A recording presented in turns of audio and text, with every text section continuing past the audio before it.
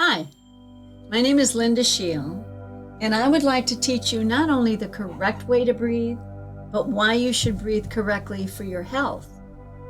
Breathing is not just a function to sustain your life. It's a tool for healing the body, focusing your mind. Although breathing is automatic, some people may be surprised to learn that there is a right way and a wrong way to breathe. We breathe in and out about 25,000 times a day.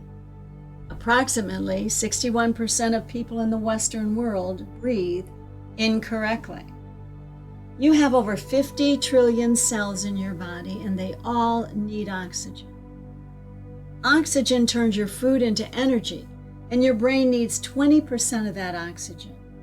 It is known as the best nutrient that goes into your body. If your cells do not get enough oxygen, you will get diseases or age faster. There was a study done at the Boston University School of Medicine. It is called the Framingham Studies. They took 5,000 people and studied their breathing habits for 30 years.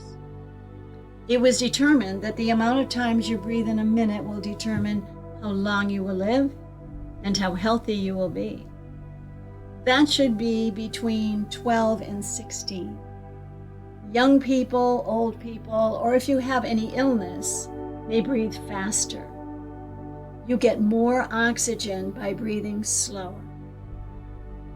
When we are born, we only breathe through our nose until we're 3 or 4 months old because our throat is not fully formed for breathing.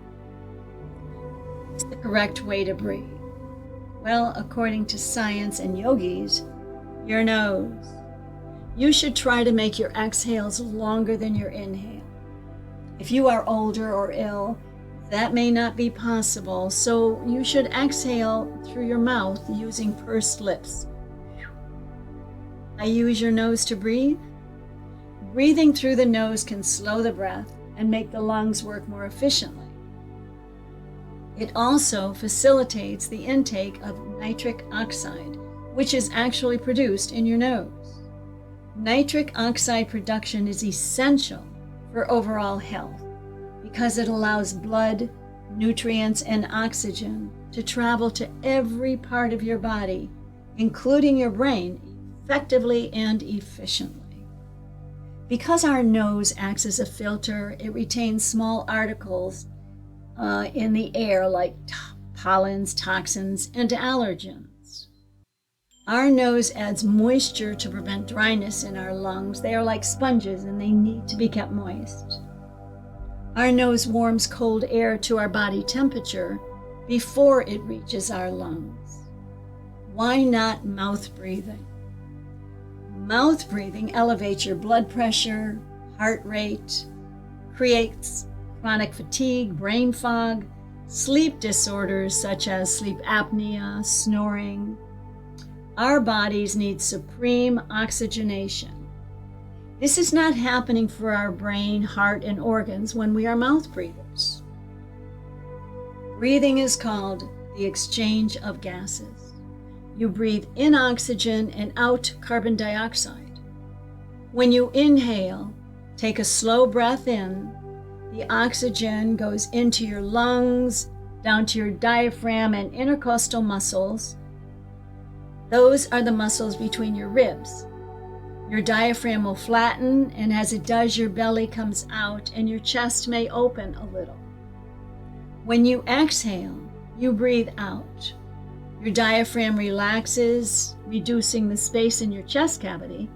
This causes the lungs to deflate and let the air out, and your belly pulls in towards your spine. Your whole body relaxes. With healthy lungs, your diaphragm does most of the work when you inhale to bring in oxygen and exhale to get carbon dioxide out of your lungs. Now, carbon dioxide is not the enemy. When you breathe it out, it has been turned into waste. As a gas, it helps your body and particularly your brain. It is a very important element in your body. The trigger for breathing is not oxygen, it's carbon dioxide. When CO2, which is carbon dioxide, goes up, we feel the need to breathe. So it is not the inhale that controls our breathing, it is the exhale. If we don't have enough CO2 to breathe out because we are stressed or doing physical exercise, our brain tells our diaphragm to stop breathing. This causes hyperventilation. When most people hyperventilate, they start trying to catch their breath. Instead, they should just slow their breathing down until the CO2 has a chance to catch up. Today, I am going to teach you diaphragmatic breathing, also known as belly breathing and abdominal breathing.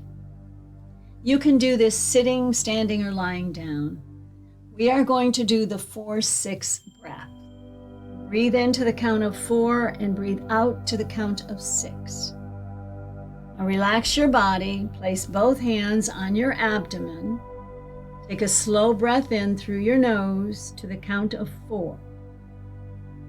Your lungs will expand, diaphragm and intercostal muscles contract.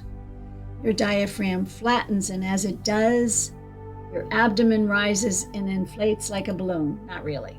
Your chest may expand a little. Slowly exhale through your nose or your mouth if necessary to the count of 6.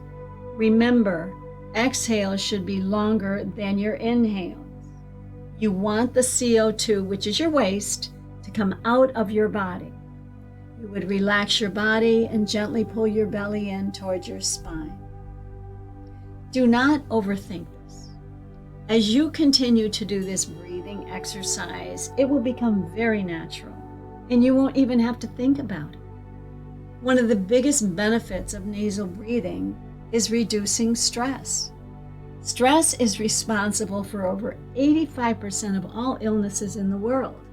Heart disease, cancer, diabetes, depression.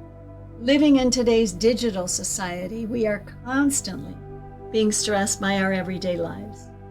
With the news, social media, and even driving a car, instead of getting stressed and turning it off, we are in a constant state of stress, which is extremely detrimental to our health.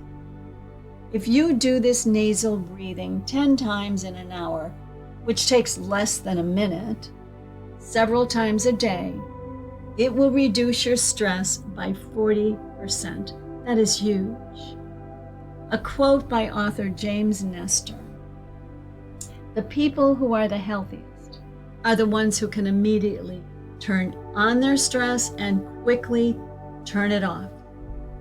Breathing correctly is so easy, doesn't cost anything, and will make you so much healthier.